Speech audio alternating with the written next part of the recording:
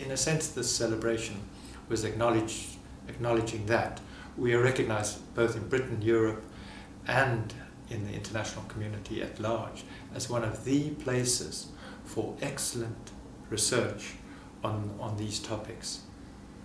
As I say to everyone who's interested in this department, we have historians, philosophers, international relations experts, sociologists, psychiatrists, international law, strategic studies, intelligence studies, and development studies as well.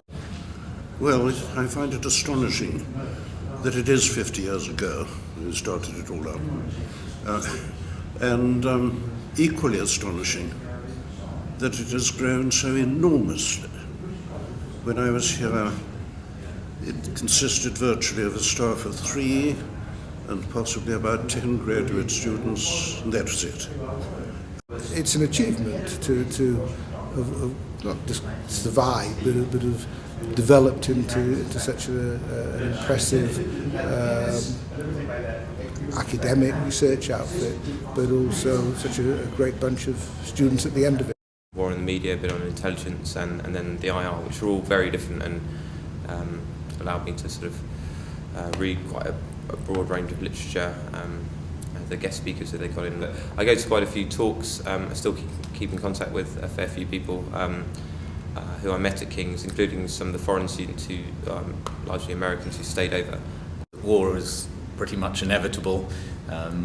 People just don't learn from the past. So I think it'll probably be very much the same as it has been in the past. However, it's unlikely to have a total war. We're more likely to see small wars, policing operations, and also we have the rise of China and India now. Well, it's obviously a great occasion. I'm aware, obviously, of the links between the department and the staff college at Shrivenham, and so obviously King's is somewhat more well known to me.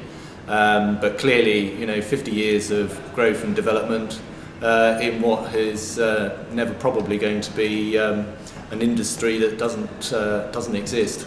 I feel very lucky to be here as well. For me, King's is very new, as I was studying in Belgium previously, but I feel very privileged to be here studying at King's and to be here this year for its 50th anniversary. I think people are making more of an effort to understand war as a subject and what we can do to perhaps not prevent it, because I don't know that that's possible, but handle it in a better manner.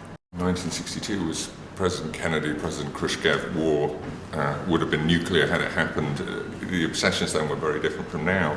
50 years on, it is almost impossible to predict. But you're still going to be seeing different kinds of war being fought, and I think also war studies is stepped back from the actual mechanics of warfare and about the concepts that underpin warfare and the values and the systems and the morality, and I think that is a constant which will still be there in 50 years' time.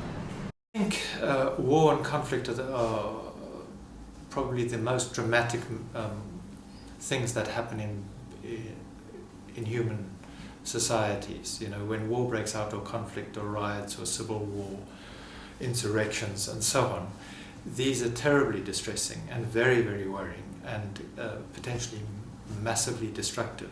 And I think most people and most students are concerned about that, and they're very worried.